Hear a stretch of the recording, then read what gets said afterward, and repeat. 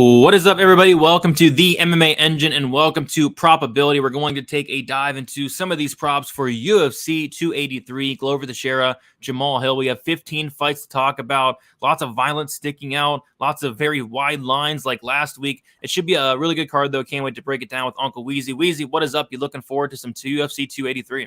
Yeah, great pay-per-view card here. We got the debut of the Bonfim brothers. We've got some really interesting fights on this card. And as always, when you got a 15-fight card, you know the bookies are going to screw up somewhere. You know that some of these lines are going to get pushed way out of whack one way or another. And then hopefully we get to use the data to find the ones that are overpriced and avoid those. Find the ones that are underpriced, pile onto those, stack cash tickets like flapjacks, make the bookies cry. Beat them with a bag of oranges until we juice them, stand over their lifeless body, drink the juice, and tell them, fuck you, pay me. Let's go, Brady. Let's go. This. Speaking of oranges, you got to hit me with some oranges for betting on the Farren fight. It's all right. No, dude. The fight's not going to happen. So it's just an extra. Right. Yeah, you're just giving them your money. They're going to give it back to you 3 days later. It's no big deal. All good. No win, no loss there, so that should be good. All right. Before we get started, guys, leave a like, subscribe here to the MMA Engine. Lou's gonna be coming out with his show, I believe Wednesday. Not sure who his guest is, but always tune into that. And yeah, guys, do you want to shout the chat before we get started? We got Bob in the chat, we got Raw Torque, Glimbot, we got Jeff, we got Papa Chuck. What is up, everybody? Hopefully y'all ready for some UFC 283. But let's get right into it. We have a lot to talk about. Silky, I see you in there as well. Let us start with the first fight on the card. We have Daniel Marcos going against Simon Oliveira. We have the over-under set at 2.5 rounds, the over 2.5 minus 115, the under 2.5 rounds minus 115. About to pick them there. We have the fight goes to decision plus 130. The fight doesn't go to decision is minus 160. WEEZY, what are your thoughts on this one? This is one I'm kind of going to stay away from. We have two guys that I'm not extremely high on. I kind of feel like this fight does finish. It's going to be a Simon submission, but if this fight does get decision, I probably see Marcos getting it done. Just kind of a weird fight. Is anything sticking out here in terms of the numbers?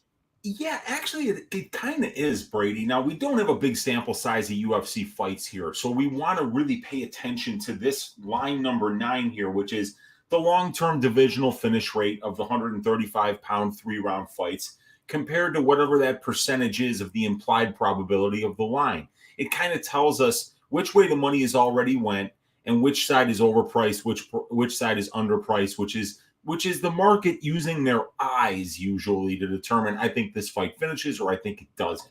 And we could see here on the violence side, overpriced by 12.5% on the fight doesn't go at minus 160, overpriced by 10.36% on the under 2.5, and overpriced by 9.13%. And then you see these big negative numbers here, Brady, minus 40%, minus 30.87%. And that the reason for that is that we've had 2 Simon Oliveira fights at the UFC level and 1 Daniel Marcos fight. And all 3 of those fights went to decision. In addition to that, Simon Oliveira has 4 losses as a professional, and he has never been finished in those 4 losses. And Daniel Marcos has never lost. So we don't really know how durable he is or how he would face some serious adversity in a fight. But that's something that makes me more want to stay away from this, just because we see Marcos. We might be missing some information about Marcos, but we're really not missing any information about Simon Oliveira at this point, Brady. We've seen him 30 minutes in that UFC cage, and we've seen him have 22 professional fights with an 89% finish rate in his wins and a 0% finish rate against in his losses. So we got a durable guy who's a very good finisher in his own right. So I think that we would have to lean towards the non-violent side here, Brady, because even though 100% of their fights have finished, have went to decision at the UFC level, we are seeing underpricings here for the fight goes, for the over 2.5, for the over 1.5 here of 4.85%, 3.38%, and 7.47%. So I would have to say that I would go with the overs here. The fight goes at plus 130 is a very good look in my opinion, and it's much less or I mean, this one is much less underpriced in comparison to this one when we talk about the benchmarks here. So this would be my favorite bet. The fight goes to decision at plus 130. And I would also consider, Brady, a finish-only prop for Simon Oliveira. This guy's got an 89% finish rate. And when you watch him fight, he's constantly going for submissions. He's got a great choke game. His signature submission is the guillotine choke, which you can find from a bunch of different areas anywhere in the cage. So I think we could see a Simon Oliveira finish here, but the analytics love the pricing on the overs here. And in particular, that fight goes to decision at plus 130. But I think that if one of these two guys does finish the fight, it's very likely to be Simon Oliveira. Yep, I agree with both. My read is kind of it going to decision, but again, there's a lot of missing information and fight I'm going to stay away from. But yeah, if I was forced to bet it, it would be on those overs and that fight goes. Let us move on to the next fight on the card. We have the People's Main Event, a fight that may or may not happen. We have Joseph Benavidez Nunez going against Zara Farren. We have the over-under set at 1.5 rounds. The over 1.5 is minus 110. The under 1.5 is minus 120. The fight goes to decision plus 190. The fight doesn't go to decision, just came out on Bet Online at minus 230. So, yeah, they're thinking violence here. And by the way, Nunez inside the distance is minus 170. So I think that the books know what's probably going to happen here. I did get on the under 2.5 rounds at minus 135 on Bovada. I think it's minus 140 now. It looks like Five Dimes is still hanging a minus 135. But yeah, I like violence here. I mean, Nunez should go out here and finish Farren probably within the first 5 minutes. I even considered the under 1.5 on Bet Online, and it was going to look toward betting it, but it was plus 120, and all of a sudden it's now minus 120. So money's pouring in on these unders here, and I can see why. I don't think Zara Farren is UFC caliber, and that's putting it nicely. Just Nunez should go out there and destroy her if WEEZY this fight happens, and that's a big if. It's a big if, Brady. Now that under 2.5, where did you bet that on Bovada? Yeah, 135. Yeah, now that's a great look. Now, even at minus 135, Brady, the under 2.5. Now let me go because I never created a prop template for the women's 145-pound division, and here's why. If I highlight this line right here, Brady, we can see that there's only been 17 3-round fights in the women's featherweight division in the history of the UFC. Only 17. So like with each fight, whether it finishes or it doesn't, you're going to see a big shift in that benchmark because it's such a small sample size. But what we do see is because there's a lower quality of fighter in this division, frankly, and there's big skill gaps, it's actually got the 4th highest finish rate amongst all the weight classes in the UFC. Once again, it's not something we can really hang our hat on on a 17-fight sample size when you're comparing it to a 718-fight sample size for the lightweight division, or even, 165-fight sample size for the women's flyweight division. But these fights are finishing inside the distance 53% of the time.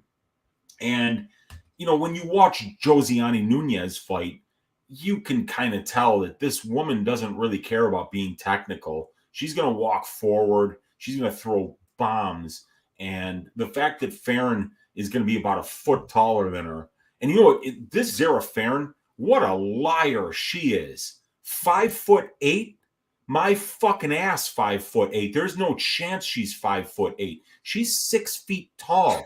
Like, dude, you watch. There was a fight, I believe, that Keith Peterson reffed of Zara Farren. You see Zara Farren, her head is above, like the top of the octagon, and then you go and you see Keith Peterson, dude, his head doesn't even get up to that black padding on the top of the octagon. Dude, Zara Farren is 6 feet tall because Megan Anderson is 6 feet tall. And when they fought each other, they were the exact same height.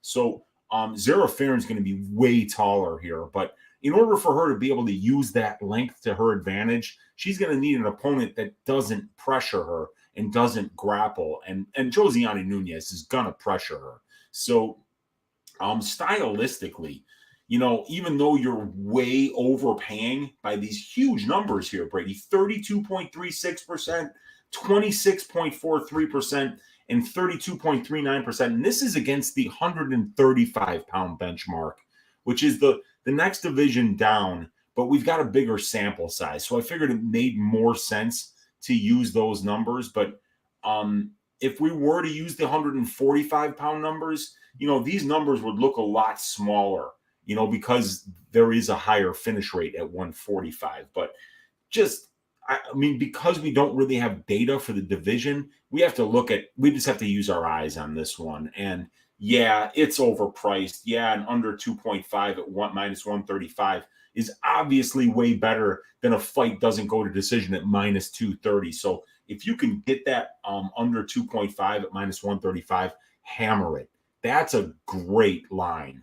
The minus 120, not so much for an under 1.5. The minus 230 for fight doesn't go to decision, maybe a parlay piece there. I think that's a parlay piece. Yeah. But I see this fight definitely finishing inside the distance. I don't think Farren is UFC quality. I don't think she's going to make weight. I mean, I think she might. I think she, if she does want to fight this fight, I think she's probably going to weigh in at 150 or above. I mean, she's 6 feet tall. Yeah. It's not surprising that she's had weight cut issues and had like 7 out of her last 11 fights called off because, they don't let these women fight any higher than 145. And to cut down to that at 6 feet tall is not easy.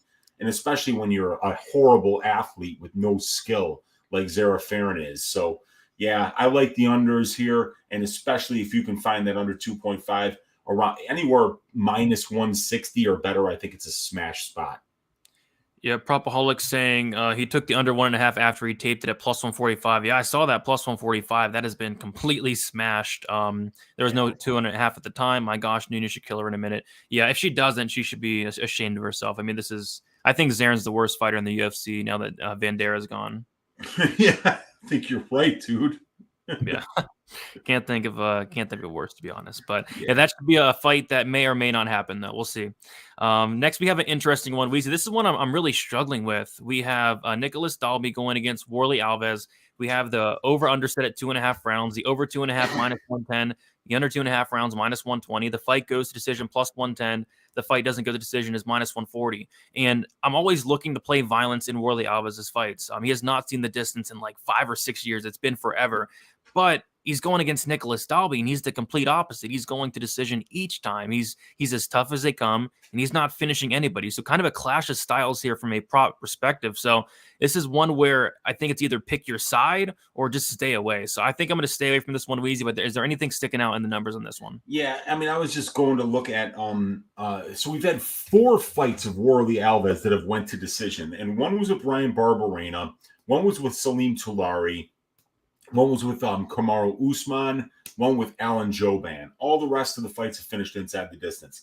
And then you got a guy in Dalby who's got excellent conditioning and excellent durability. I mean, you literally need to kill this guy to get him out of there. So it's a very interesting stylistic matchup. It's one where you're probably thinking about playing a finish-only prop on Warlley Alves, because he is such a explosive guy, but man, it's hard to pick a finish only prop against the guy in Nicholas Dalby who's got 27 professional fights and has never once been finished and has been in a lot of wars too. I mean, a lot of fights that he's won, he was losing halfway through the fight.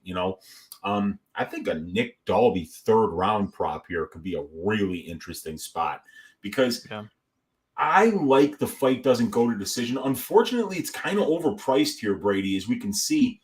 8.78% overpriced at minus 135, according to the benchmark. 16.5% overpriced, according to the 40.9% finish rate for these guys combined at the UFC level. And these guys are finishing inside the distance at a 7% rate lower than what the division does as a whole. And then you go over here and you're seeing trifecta bets on the fight goes, +2, +10, +7, +3, +6, +3 here. So, the data likes the over. And if the data likes the over, you can say to yourself, looking at this stylistic matchup, that I'm going to count on Nicholas Dalby's durability. And take it from your Uncle WEEZY. You can count on this dude's durability. There's no quit in this guy. You know what he said, Brady? He was talking to the guys that were calling the fight cage side, and he said before the fight when they do their little interviews with Cormier, and that he said victory or Valhalla. And Valhalla is a place where Scandinavian warriors go after they die in battle. And that's what Nick Dalby said about his fight style. You're gonna need to kill this guy to get him out of there. There is absolutely no quit in this man when he steps inside that cage. And it doesn't matter if he's lost a pint of blood. It doesn't matter if he's got a Brazilian Jiu-Jitsu black belt world champion mounting him. He's never going to stop. He's never going to quit. Worley's going to have to kill him to get him out of there.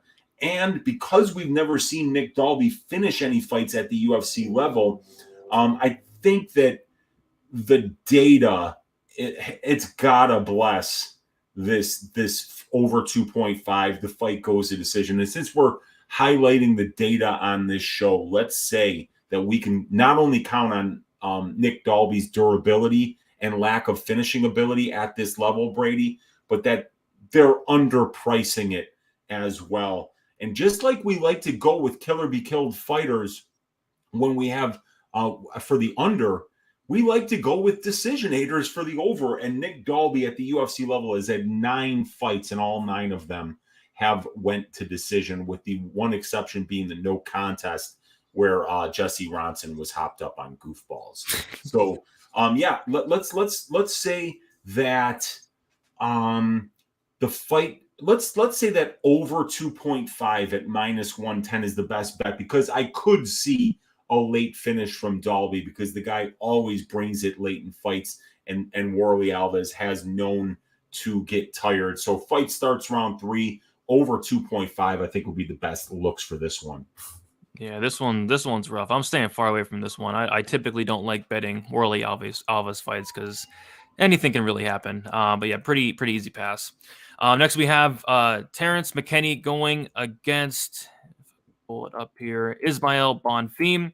We have Terrence McKinney, Bonfim, over under set at 1.5. The over 1.5 plus 167. The under 1.5 minus 207. The fight goes to decision plus 400, and the fight doesn't go to decision is only minus 600. I thought it'd be wider than that. It will be on FanDuel. I remember the good old days, WEEZY, where I bet a Terrence McKinney Farazayam under 2.5 rounds at a pick'em. Those days are no longer. I think they're on to Terrence McKinney and how he fights. I think he has 17 fights. 16 of them have finished under 1.5 rounds. So I obviously lean violence. The fight is a good decision at minus 600. It's probably a parlay piece, but you can't parlay it on Bet Online. And like I said, FanDuel's going to put it out at like minus 1,000. So they're all over it this week. Nothing really sticking out. WEEZY, what is sticking out to you in this one? Yeah, what sticks out is that this fight isn't really bettable. I mean, this is the data screams just stay away from the unders, and the tape screams don't you dare bet the overs. So I'm afraid there's just not much to talk about here. This is a great fight, right? But from a time prop perspective, this sucks, because I mean, there's no bookie that's going to go out there and make a gambler-friendly market on a Terrence McKinney under. You would have to be on bath salts to be like, oh, we want action on that under in a Terrence McKinney fight. So, yeah, you guys, this is not bettable. These overs aren't bettable, and the unders aren't bettable. A minus 600 line is an 85.71% implied probability. So there's really there's no edge there. I mean, if you're putting together a degenerate PRP, fight doesn't go to decision would be the way to go. But even the under 2.5 at minus 350 is better priced than the fight doesn't go to decision at minus 600. So that's how we can use this prop template. We know this one's 34.88% overpriced at the fight doesn't go. And we know that this one is 30.8%. That's less than that. So we know that this is a better value. And that's how we use this. But everything on the violence side is going to be juiced to the tits. And when it's that juiced, Brady, there's really nothing we can do in terms of finding edges against the data there. So this is a big stay away, but it's not going to be a stay away when it comes to watching the fight or betting the fight, because we've got a pick 'em line here almost, and we've got, two contrasting styles. So there's going to be a lot of ways to bet this fight, but the time props, just not one of them. Yeah, I agree. I did parlay the under 1.5 in this fight with the Alassane under 1.5. Probably not the smartest thing in the world, but I think it probably hits there. Yeah. All right, we will move on to the next fight. We have Cody Stamen going against Luan Lacerda. Another one that I'm kind of struggling with, Weezy. We have the over under set at 2.5 rounds, the over 2.5 minus 260, the under 2.5 rounds is plus 200. The fight goes to decision minus 210. The fight doesn't go to decision is plus 170. And I would, I'm maybe thinking about the under. The only thing that concerns me about the under is the fact that Cody Stamen has literally one finish in his entire UFC career, and it was against a 40-year-old Eddie Wineland. So I think if there's a finish in this fight, it's more likely on the Lacerda fight side. And if that's the case, I'm probably going to be looking towards that finish only form or the submission prop. So I think I'm going to take a look at the props for this one in terms of the submission prop, the finish only. But as far as picking whether the fight goes or doesn't go, I think I'd lean the fight goes just because Cody Stamen probably is going to grind this one out and probably win a decision. But if this fight does hit the mat in any type of way, Lacerda is going to be live for a sub. The guy's super dangerous. So Weezy, kind of another weird one here for me. What's sticking out in this one? Yeah, I think you broke it down perfectly. What I'm seeing right now is the fight goes and the over 2.5 sitting at, where we're overpaying by about 15.35% and 16.79% on the fight goes at minus 210 when we compare it to the long-term benchmarks for the division. And then we see that the data is telling us, well, we've got 7 of 11 fights here that have went to decision. And I've got one missing here for Stamen. Does he have any no contests? I can take a look while you're talking. Yeah, take a look because I want to know whether that's 8 of 11 or 7 of 11. Because there's 11 total fights and I've got 3 on one side and 7 on the other, which means there must be a no contest or something weird in there. But I kind of like the Weezy, there's a draw. Oh, a draw. Okay, so it's going to be 8 of 11 fights then. So that's a bigger number, which makes the 72.73% correct. So there actually is a little bit of value there at minus 210. You're underpaying by 5% when you compare it to the 72.73% combined decision rate. But the problem with that is that that's a lot bigger than what the division goes to decision here. At 135, which is, closer to 50%. And we have a new fighter here who's finished 83% of their wins and has been finished in their only loss. So I feel like we're kind of getting a killer be killed fighter here in Lacerda.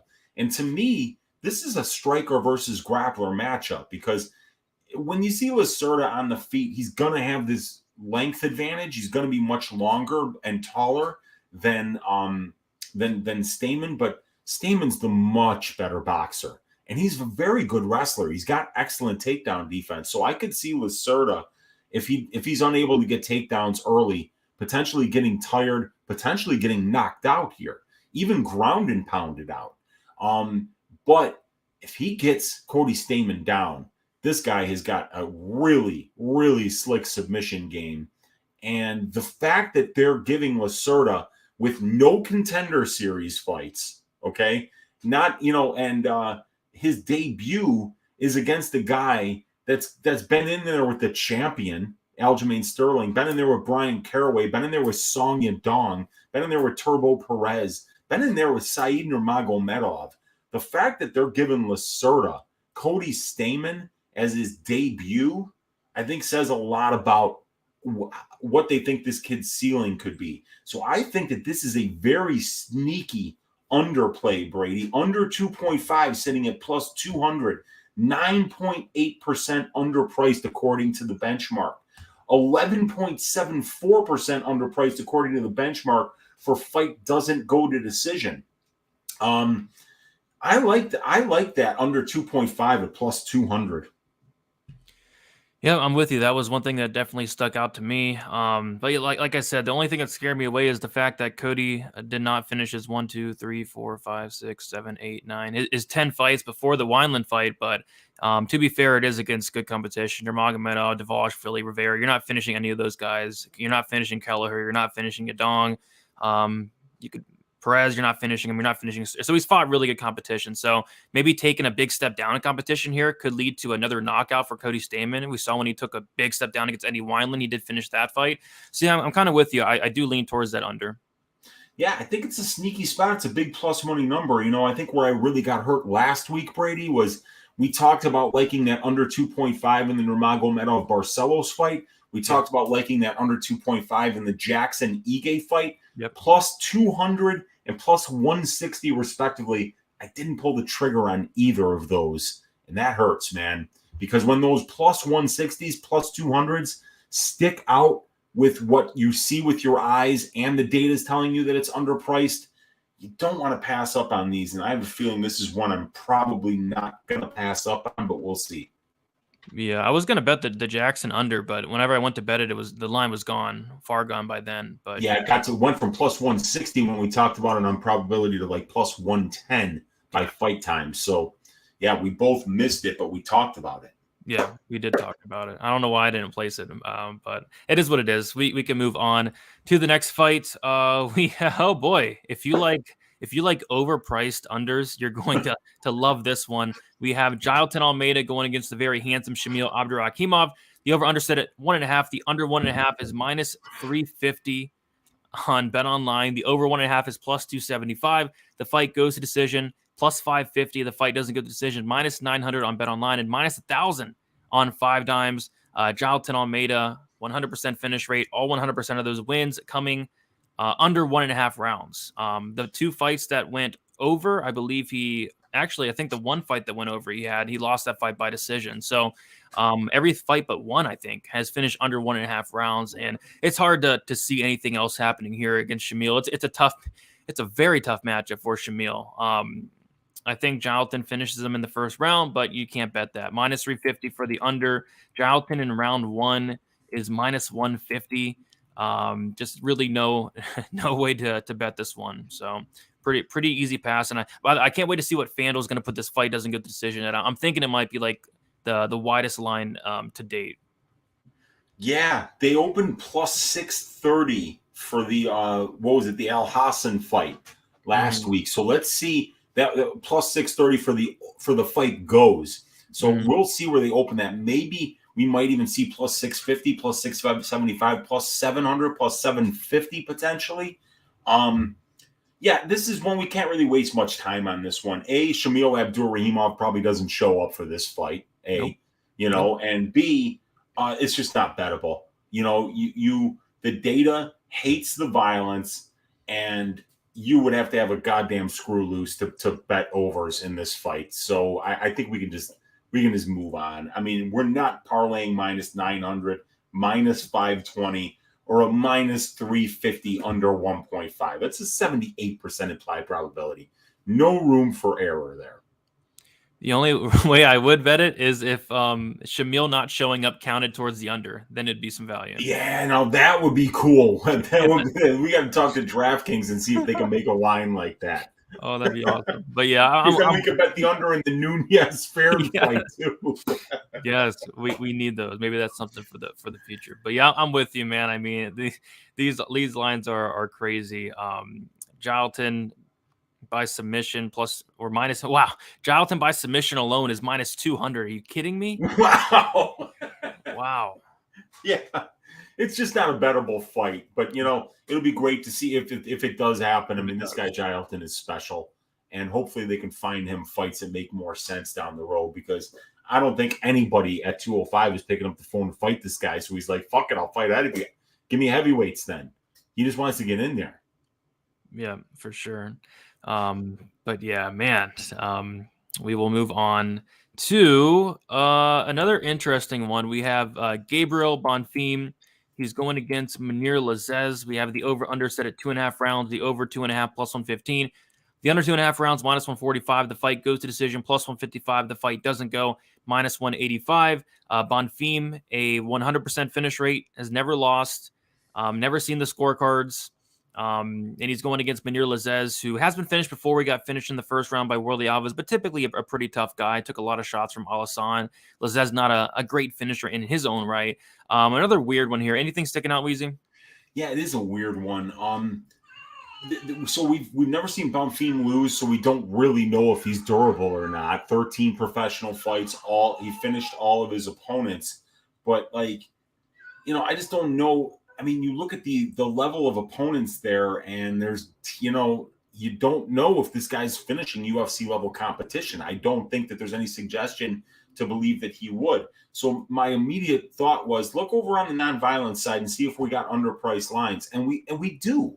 7% underpriced for the over 1.5, 9% underpriced for the over 2.5, and we're damn near a trifecta bet here at the fight goes to decision at plus 155. And we know that we can count on Lazez's durability, man. I mean, he got hit to the body there against Warley Alves. You know that's like you see some really durable guys like Anthony Hernandez, for instance, has been finished twice. And the guy's got stupid durability. You can punch him in the head 50 times and he won't go down. That perfect shot to the liver finishes anybody. So this is a case where I think we can count on Lazez's durability, and we can count on Bonfim being a good all-around, well-rounded fighter with great submissions, with really crisp boxing, and good distance management. So I think the fight goes to decision at plus 155 is something, and the over 2.5 at plus 115 are both spots that I'm going to be looking at. But if we look at the benchmarks for the division for the over 2.5 and the fight goes, we see that fight goes compared against the over 2.5 is about 3% better against the benchmark than the over 2.5. So I'm going to say fight goes to decision for this one at plus 155 is my favorite bet. And I'd have to agree. I don't know if I have the balls to bet it, man. I was watching Bonfim last night. The guy is so dangerous everywhere, but I agree. Lazez has some really good toughness. I would lean towards the fight goes. Would be a super sweat. I don't know if I'll get there, but and it's not only is it a sweat, you're betting against the guy in Bonfim who in all 13 of his fights, they've all finished inside the distance. But that's something I'm trying to keep an eye on. Hey, look, we know this guy's a killer. Be killed. Well, we know he's a killer. Is he a be killed fighter? Is he durable? We don't know because he's shaving everybody's ass to be perfectly frank. But I don't think he's going to do that to Lazez here. I like the plus money on the Lazez money line here because Lazez is much more tested. And I do believe that Bonfim, while he's a great boxer, Munir Lazez is a great kickboxer. And I think he might be the guy that maintains range better here. And I think if he gets the fight that he wants, I think that this one is going to go over plus 155 for fight goes. I'm liking quite a bit. All right, and there we go. Let us move on to the next fight. We have, I don't think we have any odds in this one. So we have Thiago Moises going against Mel Costa. I guess just my thoughts on this one. I think this fight probably does end up going the distance. Thiago Moises, really good grappler, but it looked like Costa had some good grappling chops in his own right. I like the striking of Costa. I would lean towards this going over decision, Moises winning that decision, but we don't have any odds on it. Anything sticking out here in terms of the numbers to you? Yeah, this guy Costa is a newcomer, but he's actually got 2 more professional fights than Thiago Moises does. So the guy's been around the block. He's been fighting for a long time. And when you watch the tape on him, he's one of these guys that's really not spectacular anywhere, but it doesn't look like, he's going to be overwhelmed anywhere either. The grappling's good. The wrestling's good. The conditioning's good. Good power, seems to switch stances a little bit and throws legs, elbows. A lot of these Brazilian guys are Muay Thai based, and they'll bring 8 limbs in instead of just 2 with some boxers. They're just going to box. So Moises is probably going to have the way better Brazilian jiu-jitsu. Let's face it. He's going to be the better submission grappler here. He's finished 3 of his 6 UFC wins, and he's been finished in 2 of 4 losses. I think if you got plus money for fight goes here, it would be a pretty good look. I could see this fight easily going the distance. Costa has been finished in 2 of 5 losses, but I don't think any of them have been recently. So and Moises is a pretty tough guy as well. I mean, he got finished by Makhachev, and he got finished. I forget who the other guy was. Joel Alvarez. Oh, and Alvarez just put it on him. That was Good That time. was a wild fight, man. I did not see that coming. I think Thiago was like minus 250 in that spot, too. That one did not work out well for your Uncle WEEZY, I remember. But yeah, dude, I think I would lean the overs here, but we have none of these lines have opened, and we're going to have to see where they open. But 50% of Thiago Moises' fights at the UFC level have went to decision. Yeah, I'd lean the same. Oh, by the way, Lacerda is a plus 310 dog. Bet Online got out the finish only for him. What do you think they put it at for Lacerda against For Stamen? Lacerda, and he's a plus 310 dog, and you're talking the finish only. Yep. Plus 125. Actually pretty close. They put it at plus 100. Okay. Yeah, so they really do think that Cody has no chance to finish this dude. And I think Cody might, Cody hits hard. He does. So it's an interesting fight, man. This is Lacerda's debut. We're going to find out a lot about him when he fights UFC level competition. And he's getting a guy in Stamen who's been around the block and has been tested at this level. Lacerda is not. That is the truth. I mean, the level of competition is just crazy. But yeah, I was hoping for a better number than plus 100. I'm not taking that. Yeah. All right. We'll move on to another very violent fight, WEEZY. We have Gregory Rodriguez going against Bruno Ferreira. We have the over-under not set yet, but we have the fight goes to decision plus 350. The fight doesn't get the decision minus 500. I'm going to be looking out for the under 1.5 rounds. Bruno Ferreira has never seen that under 1.5. Both guys have a ton of power here. Obviously, lean this fight ending inside the distance, but minus 500, no thank you. But yeah, Rodriguez, man, I mean, this guy can absolutely crack. Finishing someone in Julian Marquez is not easy to do. Finishing somebody with strikes against Jun Young Park is not something easy to do. So I think he can finish Ferreira. On the flip side, Ferreira has a ton of power in his own right. And we've seen Rodriguez knock out a couple times himself. So I lean the under 1.5, but I'm not touching that minus 500. We'll see what they put the 1.5 at, though. Yeah, Rodriguez is finishing guys that you just don't finish. Exactly, yeah. I mean, it's crazy how good this guy is. And I see why he's a big favorite here. I see why this fight doesn't go to decision is minus 500. That is the books giving Gregory Hobo Cop Rodriguez the respect that he deserves at this point. And he's earned that respect fighting killers in the UFC cage.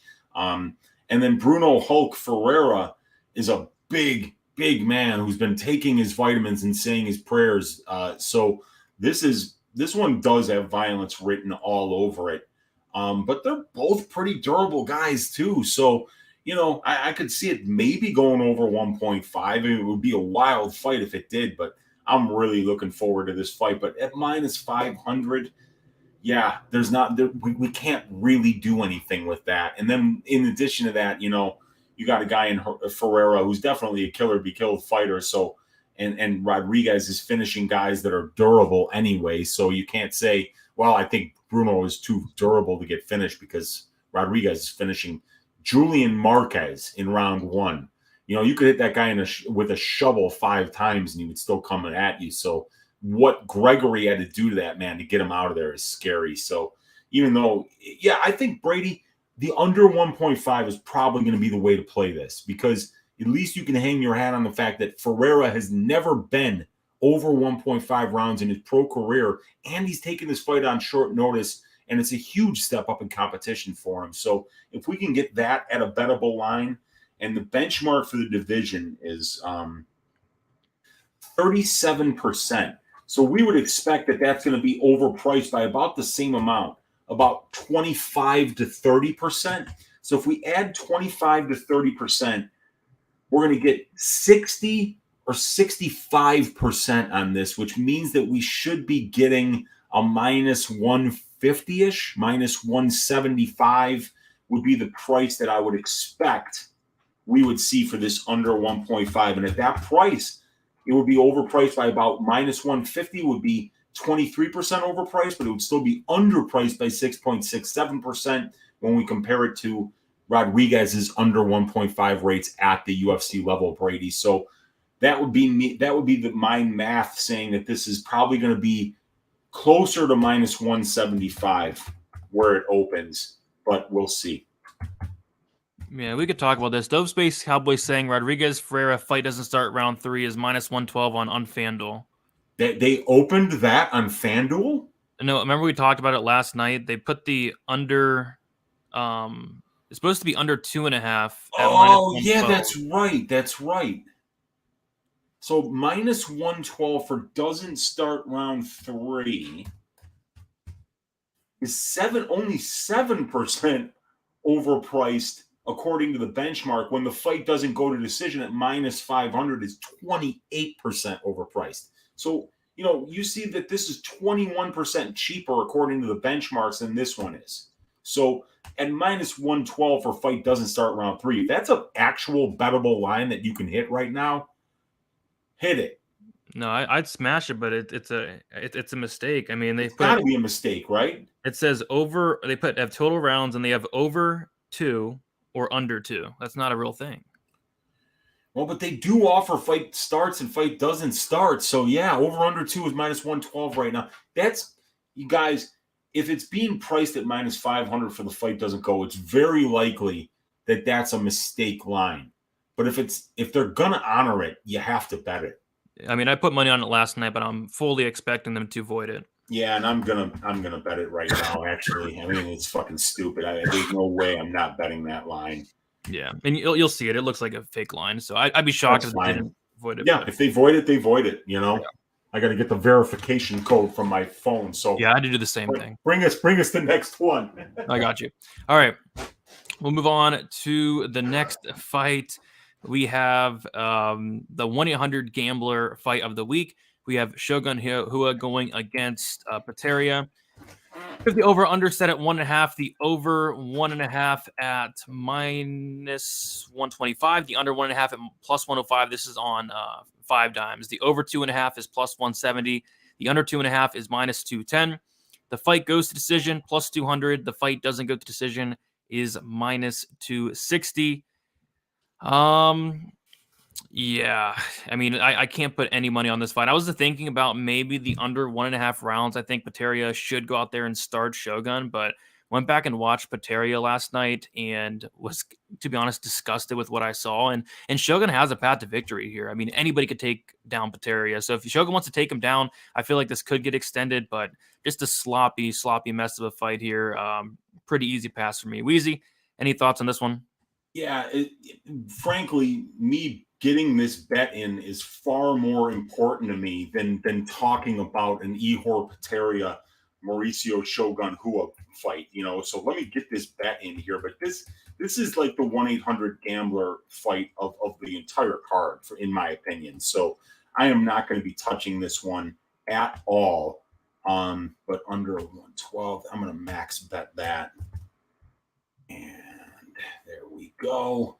So I just max bet the under 2 rounds in the Ferreira Rodriguez fight. And we'll see if they actually if they honor that bet. But if we go back here to the spreadsheet and we look at Hua Potieria, you've obviously got a huge sample size of fights for Mauricio Shogun Hua. 23 of them at the UFC level. 65% of them are finishing inside the distance. Both of Potieria's fights have finished inside the distance. So 17-25 for 68%. The fight doesn't go to decision, priced up at minus 265 here. So that's 11.5% overpriced according to the benchmark, 4.6% overpriced according to the 68% combined finish rate for these two at the UFC level.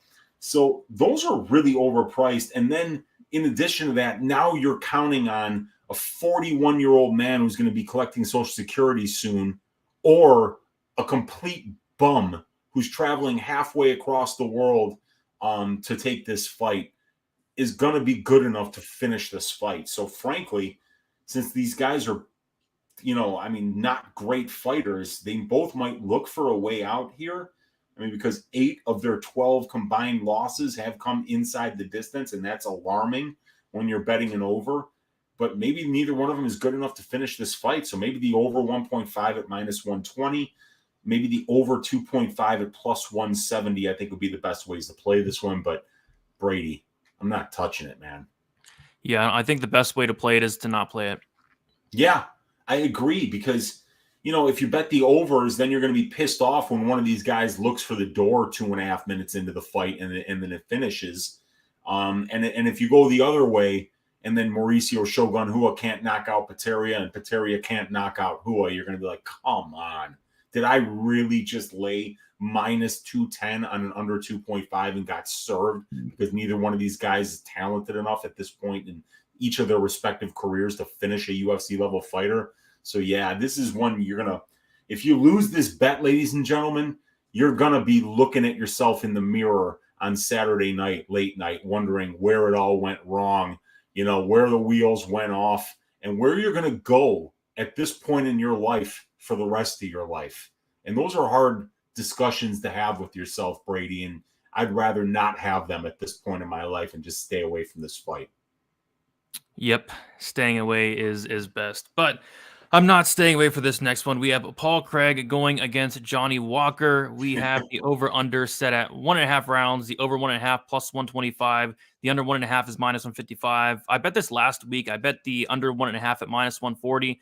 So it hasn't really moved much, but yeah, I like the under here. I think stylistically it sets up for some violence. Johnny Walker having a massive advantage on the feet, and Paul Craig being able to submit anybody off of his back. The fight goes to decision plus 400. The fight doesn't go to decision is minus 600. So yeah, they're definitely all over it, but I still think there's some value on these unders. Like we're not paying minus 350 like we are in the Almeida fight. We're not paying minus 220 like we are in the McKinney fight. Only minus 140, 50, 55. I still think that's pretty playable, and it is my my biggest bet on the card thus far, Weezy.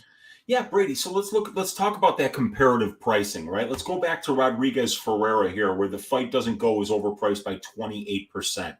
Let's go to Abdul-Rahimov Almeida, where the fight doesn't go is overpriced by 27.3%, and the under 1.5 is overpriced by 34%, Brady. And then we can go and even look at some other ones here. Bonfim McKinney, 35% overpriced, 34% overpriced, 31% overpriced. Nunez Farren, 32%, 26%, 32%.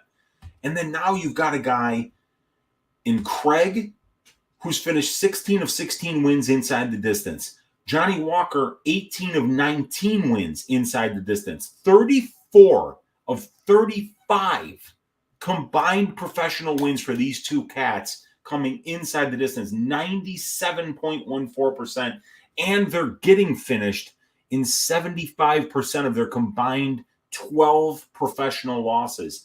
Yet these lines, in particular, the under 1.5 is only overpriced by 14%, not 28%, not 31%, not 35%.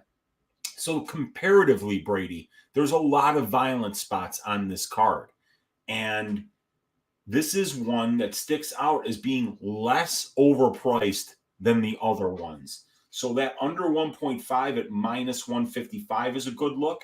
And I think the under 2.5 at minus 325 is a great parlay piece this week, Brady. It could be a max bet even. I mean, I feel super safe about that. Yeah, that would be wild because, if this thing goes to the ground, Paul is probably snatching up a sub. And if it doesn't, Johnny Walker's the kind of guy who doesn't really need to get that close to you to hurt you. He's so long. He's so unorthodox, and he throws such crazy techniques that he could easily clip Paul Craig anytime this fight is on the feet. So minus 325 is a pretty badass parlay piece here. Yep, for sure. And I know I saw people in the chat saying they're on Craig. I can't believe they're doing this. Craig by submission, they have it plus 375. Like, when are they going to learn? That's his path to victory. Plus, man. 375. Yeah, I think that's a great look, dude. I mean, you bet Paul Craig by sub every damn fight. And if you've done that at the UFC level, you're plus EV, I promise you. Oh, yeah. I couldn't imagine. Yeah, this is a good one, man. That under 1.5 and the under 2.5 at minus 325 is a great parlay piece, in my opinion. Yep. I'm on it. I am on it. I can't believe BetOnline's doing the minus 600 fight as a good decision. I'm curious to see where like DraftKings puts that alternate 2.5. If they have it at minus 325, I'll probably be adding on, to be honest, but should be a pretty violent fight. All right, we'll move on to another tricky one. Jessica Andrade going against Lauren Murphy. We have the over-under set at 2.5, the over 2.5 minus 125, the under 2.5 minus 105. The fight goes minus 115. Fight doesn't go minus 115. About a pick. I mean, that's kind of how I feel about it. I'm typically always looking for some violence in Jessica Andrade fights. The problem with this one is Murphy, I don't think she's the best fighter, but what she does do very well, her best attribute is her toughness, right? She's been knocked out once. It was against Valentina in the 4th round. No shame in that. So, yes, Andrade, she's a pressure fighter. She's going to land big, but Murphy's tough. So I actually lean this fight going the distance, but no strong opinion on this one. Weezy, what's sticking out here? Yeah, so for this one, it does look to be pretty fairly priced. If I was the bookie, this is exactly how I would price this fight. I would put a little bit of value on that non-violent side, but I also know that I can count on that durability of Lauren Murphy. And then I'd tell these people that like Jessica Andrade violence, knowing that 62% of her professional or her UFC fights have finished inside the distance. That would pique the interest of the violence bettors here. But yeah, if you're paying 54.55% in a flyweight fight to finish, you're overpaying by 14% according to the benchmark, and you're overpaying by 4.55% according to the 50% combined finish rate of these two fighters. And we've got to pay attention to that number, Brady. It's a 34 fight sample size here. So we don't want to end this line, in this 10 line here, when we've got a 34 fight sample size, we don't want to be overpaying by 9.26%, 5.63%, 4.55%. Those are significant overpayments, when you have that big of a sample size to lean on. Now here, I think the over 1.5 at minus 265 could potentially be a parlay piece here. That's almost 7% underpriced according to the benchmark and 4% underpriced according to the combined over 1.5 rates of these two fighters at the UFC level. But, this line is priced very fairly.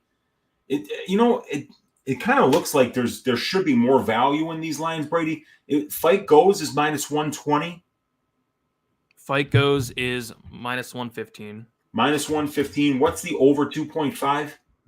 Minus 125. Minus 125 and over 1.5. Over 1.5 is minus 265. Okay. Yeah, I mean, the over 2.5 at minus 125, I suppose, would be my best bet for this particular fight. Yeah, I'm just going to sit back and watch how handsome Jessica Andrade looks. That's what I'm going to do. Yeah, well, you're going to be staring at that TV for a while because I don't think it gets any more handsome than that. I agree. Not even Shamil. Not even Shamil. No. And that Tapology picture, that's probably going to be the next background on my computer. What a handsome man. What a winner. He got like that thumbs up. He's got the belt over his shoulder, and he's got that baller-ass blazer on with the crested blazer. It's great stuff, man. It's great stuff. It indeed is great stuff. Let us move on to the next fight. We have Gilbert Burns going against Neil Magny. The over-under set at 2.5 rounds. The over 2.5 minus 115. The under 2.5 minus 115. It looks like money's been pouring in on this fight. Doesn't go. It was plus 130. Now it went to plus 101. Now it's minus 115. Actually went down to minus 135. It's back to minus 115. Wow. And yeah, I mean, I like Burns here. I like Burns to get the finish. That's how I'm probably going to play this. So not going to really look at the time props for me, but I lean it finishing, but kind of missed the line here. Weezy, anything sticking out on this one?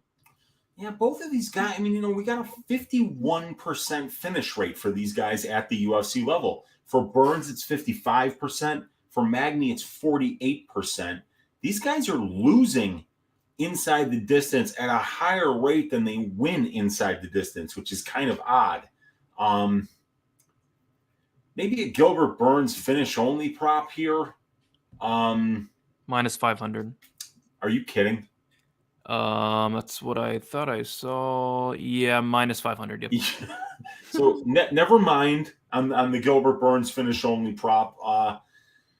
Yeah, you look at the pricings on this and it looks pretty good, man, I would think the under 2.5 at plus 130.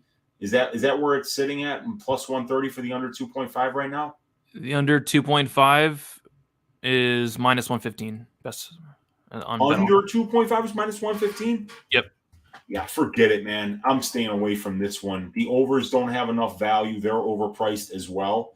And the unders, which is what I see stylistically being more likely to happen here, are there's just not enough value in here. And you've got a big sample size of fights where we've got a 51% finish rate, Brady. So we don't want to overpay by 13% here on a minus 115. We don't want to overpay by 10% here because that's being reckless. Because it's when you have that big of a sample size and you refuse to let the data be your guide, you're gonna wind up picking out the spots and the fights that you will think that is going to make this one finish, but you're going to ignore the spots which may make it actually go over. So I'm staying away from this. I have no interest in these time props where they're currently priced. Yep, I agree. I mean, maybe I would have had some interest in like the plus 130 yesterday, but now that's at minus 115. Not really. Going to stay away from this one. All right. Next we have the co-main event, right? Davison? Yeah, that's right. All right, co-main event, a 5-round fight. Davison Figueiredo going against Brandon Moreno. We have the over-under set at 4.5 rounds, the over 4.5 minus 155, the under 4.5 plus 125. The fight goes decision plus or minus 130. The fight doesn't go decision plus 100. And then we have the 5-round analytics in here. WEEZY, is there anything sticking out? You said the fight doesn't go move to plus 100 now? Yeah, that's what they have on Bet Online. Okay, cool. So yeah, so I see the violence props here for the under 2.5, the under 1.5. The fight doesn't go, being underpriced according to the 5-round metrics that we have available for this fight. 50% of these guys' fights have went to decision. 50% haven't. So, Brandon Moreno has got stupid durability.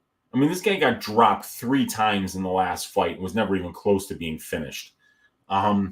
So I love that I can count on the durability of these guys, but you are overpaying big time for the fight goes, for the over 2.5, for the over 1.5 here.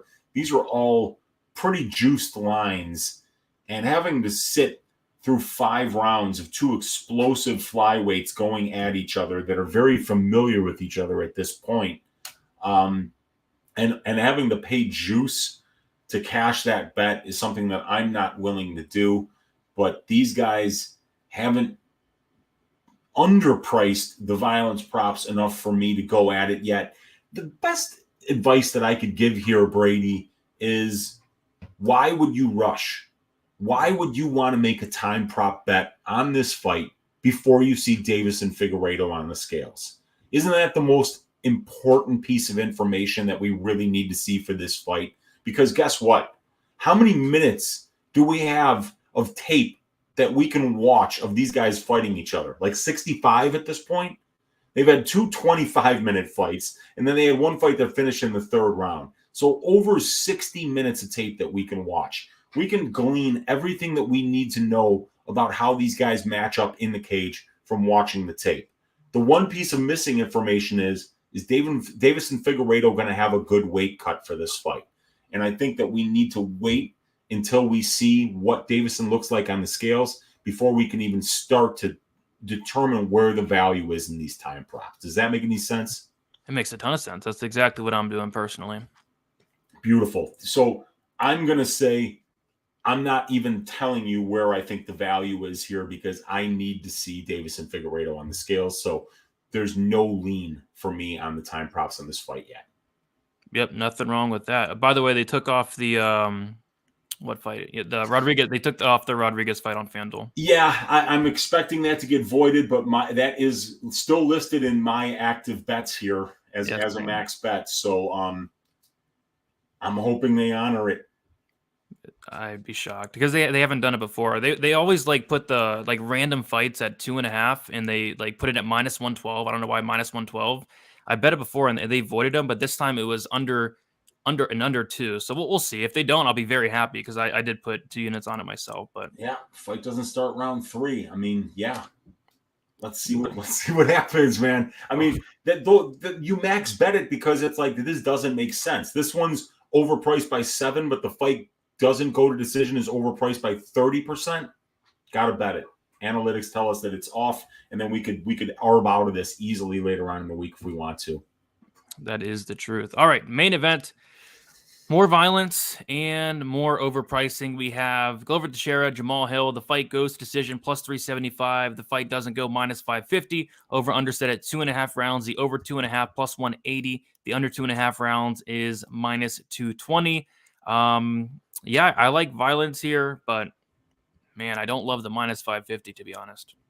Yeah, in the over 1.5 sitting at minus 116, 5-round fights at 205 pounds go over 1.5 rounds 66% of the time, which means we should be paying something that approaches minus 200 based on the benchmark for this division.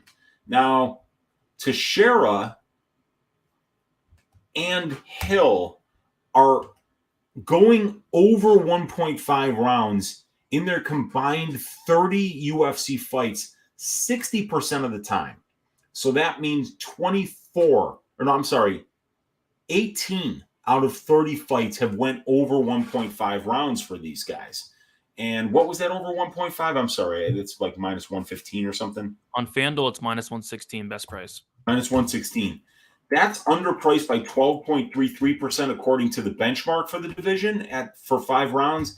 And it's underpriced by 6.3% when we consider that these guys are going over that rate 60% of the time at the UFC level. And mind you, a lot of those are 3-round fights.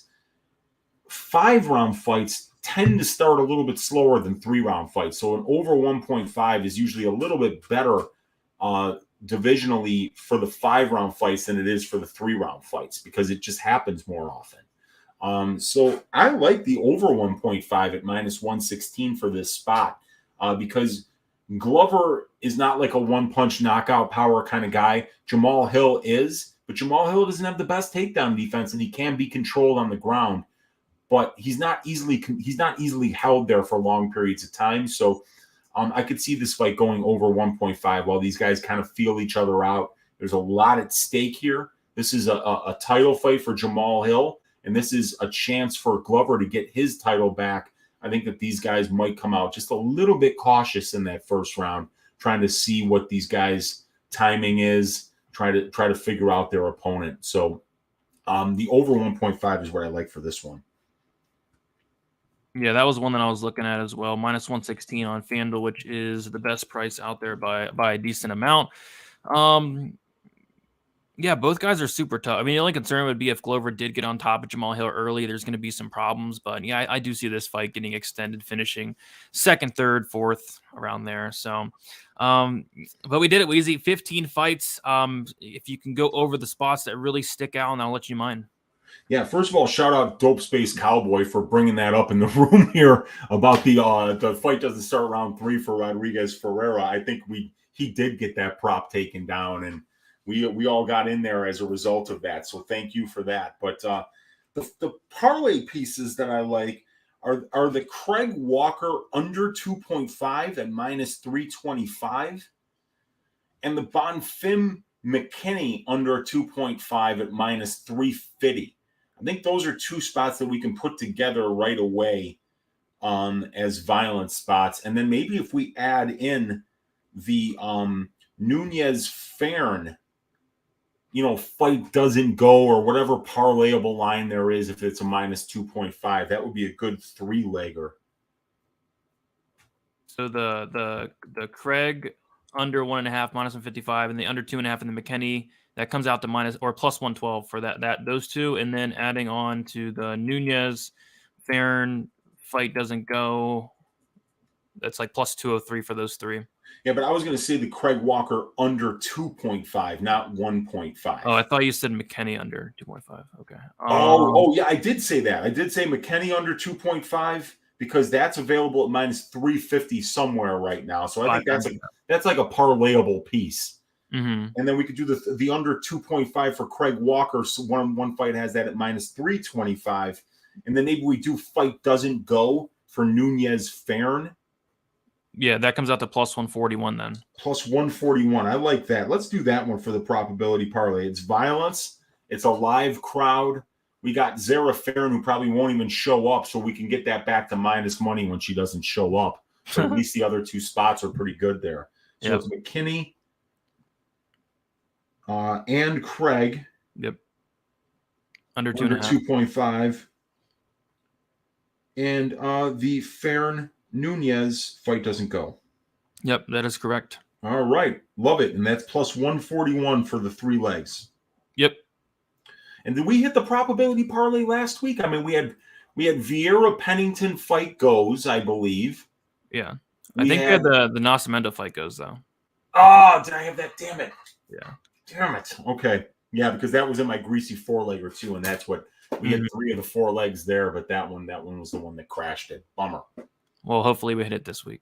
Let's get it this week, man.